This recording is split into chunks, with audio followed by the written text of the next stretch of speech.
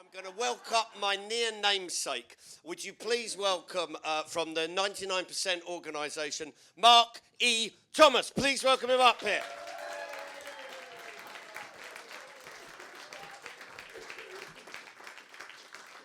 Thank you very much, Mark. Good afternoon, everybody. I must say it's very nice to be introduced by somebody with such a sensible name. The Beveridge plan, as we've heard, was a marvellous thing. It was visionary, it was comprehensive. He tackled 5 giants. He didn't pick off little pieces. He called them want, disease, ignorance, squalor, and idleness. And he tackled them all. He tackled them in a joined-up way, and he created a plan which would resolve them all in an extraordinary way. So I think Kate used the word visionary. It was visionary, it was courageous, it was remarkable. But for me, the most remarkable thing about it was that any of it was implemented. Because if you think about the end of the Second World War, we'd come out of 6 years of war. About 50% of GDP had been diverted to the war effort. Suddenly that means half of everything that's being done is useless. Nobody wants uniforms anymore. Nobody wants lots of Spitfires anymore. Half of the economy is basically useless. That's devastating. 1 million people had lost their lives. Huge numbers of people were going to have to be demobilized. There was an enormous risk of unemployment. And I don't know if you remember what debt to GDP was then. I'm a little bit older than Mark. It was about over 250% at the end of the war. Now, we keep being told that we should be extremely worried because it's at 100%, which, although as a mathematician I can see no reason why 100% has any significance, I have heard some economists, including Liz Truss's favourite economist, say that say that if it goes above 100%, all sorts of bad things happen. Now, I was surprised by that because the Bank of England helpfully produces long-term data series, including one on debt to GDP. So you can look for the last 300 years. Would anybody like to guess what the average level of debt has been for the last 300 years? 100%, yes. So we should be absolutely terrified because our debt has suddenly reached the average level. I don't get it either. But given that background, given that 250%, given all those other things, it would have been, at least by today's standards, very understandable if Attlee had said, oh, I just love this report, it's a brilliant report, and nobody would like more than I to implement this report. But somebody has to be the adult in the room. Somebody has to be prepared to take difficult decisions. And so I'm going to put it on the shelf, and once we've rebuilt the nation's finances, which I am determined to do, then we will come back to it. You have my word on that. Well, actually, that, as we know, that's not exactly what happened. He found the money, he implemented it, and what was the economic cost of all of that? Well, actually, the economic cost was that we had the most successful 35 years in our economic history. It was, in this country, it was called the golden age of capitalism. It was a truly extraordinary thing. There was no economic cost. Kate mentioned the multiplier effect. When you do good things, more good things happen. There was no economic cost. There was an enormous economic benefit. So we can see in that instance that a determined leader could do something. But actually, there's a lot more evidence. Determined leaders have always been able to act when they needed to act. If we look at the UK, actually, even before we got to the end of the war, we had to pay for the war. Now, probably Mark's too young to remember, but at the beginning of the war, we hadn't finished paying for the First World War. So our debt our debt to GDP was about 150%. So, of course, it was unaffordable that we could push it up even further by paying for mobilization and fighting a war. But, of course, we did. We pushed it up another 100%. Then we had, in 1948, we had Attlee, who, as we've heard, implemented it. But then, more recently, in 2007, 2008, we had a global financial crisis, and that affected Britain. In fact, it affected Britain so much that the banking system was in quite serious danger of collapse. But of course, suddenly, when there's an urgent need to act, the Bank of England swung into action. So there's another magic money tree, actually, which is the Bank of England. Swung into action and created, at that time, around £375 billion, which, you know, that's quite a bit of money, actually.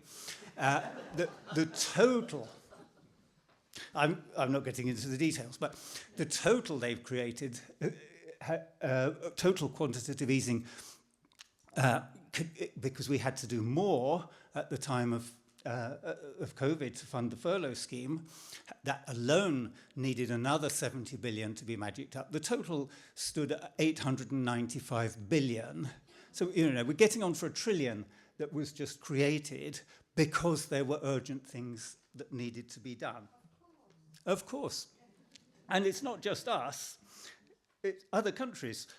The post-war period, I mentioned that we had what we called the golden age of capitalism. Well, virtually every country's government did that. They had, in France, they called it les 30 Glorieuses, the 30 glorious years. In Germany, it was der Wirtschaftswunder, the economic miracle. Most countries actually called it an economic miracle. And since I can't speak any other languages, we will just have to take that bit as read. But what happened in the global financial crisis with China? Well, after the global financial crisis, there was a worldwide recession. The Chinese government position on that interested me at the time because they said, no, we do understand that there's going to be a worldwide recession, but we've decided not to take part.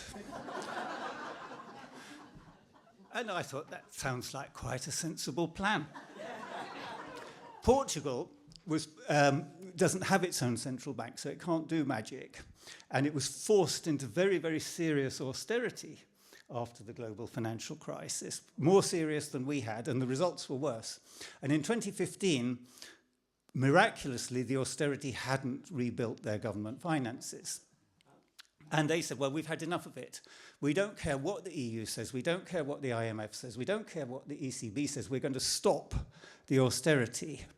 And if you look at the results of Portugal's economy and compare them with ours since 2015, but even if you compare it with others, because we've been particularly bad since 2015 for some reason that's escaping me, but even if you ignore us and just compare the others, Portugal has been stellar since then, since they rejected austerity. So where does that leave us? We're in a position where we know, actually, we know from history, not from theory, from history, we know that when something is serious, governments can act. Well, things are serious now. Kate mentioned we've got 1 in 3 children in poverty in this country. We are still a wealthy country, but we have 1 in 3 children in poverty. The median income household in this country probably by now is poorer than the median income household in Slovenia. Amazing. I always used to think, you know, we were kind of a bit like France or Germany or the Netherlands. Well, we're a bit like Slovenia. And that's a bit of a shock. Andrew talked passionately about the NHS and how badly it's struggling.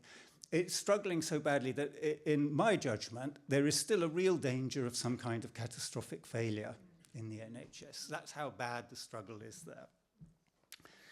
there. We have, I think, I saw something about feces and fish. Yes, we have a climate crisis.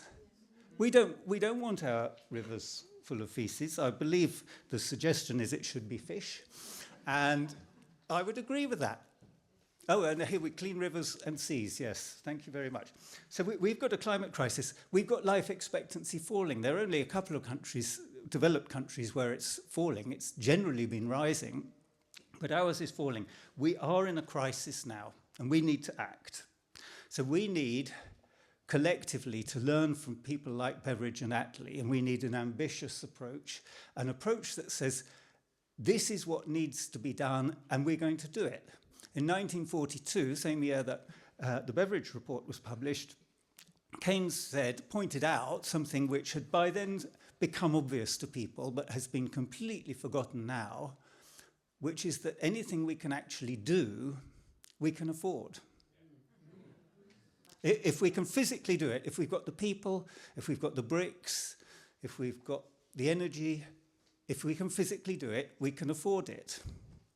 But we've been conditioned to believe that we can't. And in particular, we have this nonsense of fiscal rules, ironclad fiscal rules, non-negotiable fiscal rules. Well, excuse me, we didn't always have fiscal rules. I'm quite old, so most of my life we didn't have fiscal rules. But they were introduced in order to give an appearance of prudence. And of course, they were always unchangeable. We are now, according to the Institute for Government, on our 10th set of unchangeable fiscal rules. Now, but they are non-negotiable. Now, in fact, if you didn't want national renewal, there are really only three things that you need to believe. It's very important that you believe there's no magic money tree. Because if you believe there's a magic money tree, then, of course, you believe that what Keynes said is true and you can find a way to do things. So what does that mean in practice? It means you have to believe you can't borrow more because of this magic 100% number. You have to believe you can't tax more because the trickle-down effect would cease. And we wouldn't want that. And you cannot create money, even though we've seen 895 billion created.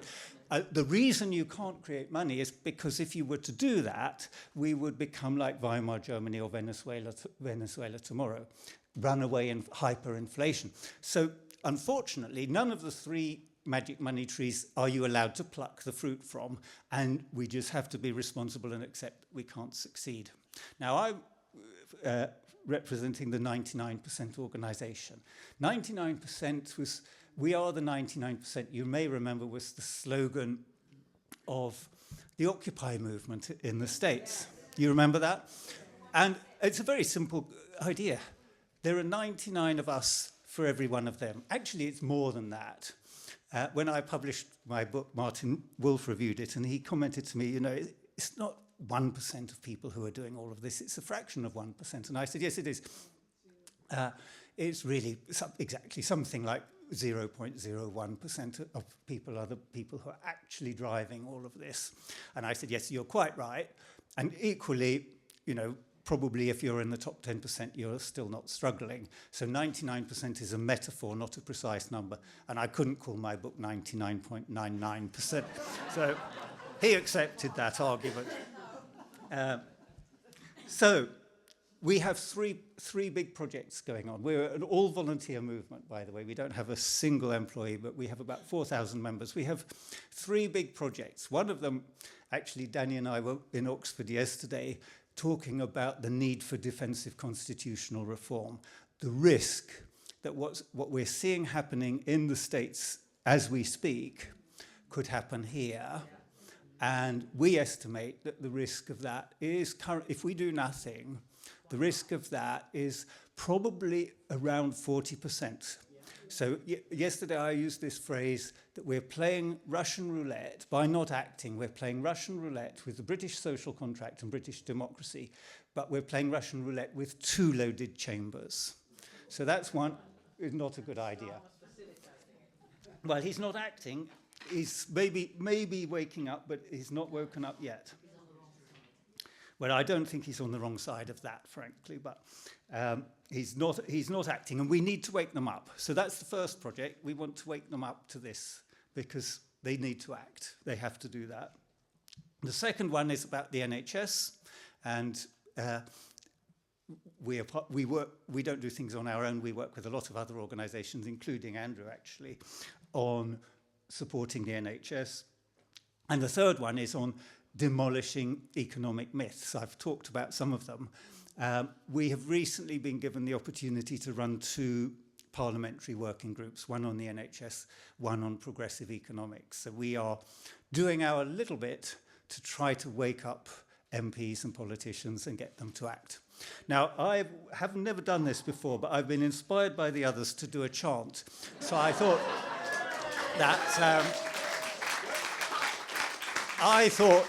that we should all, assuming that we don't have any oligarchs in the room, we should all shout out, "We are the 99%. We are the 99%. We are the 99%. We are the 99%. We are the 99%.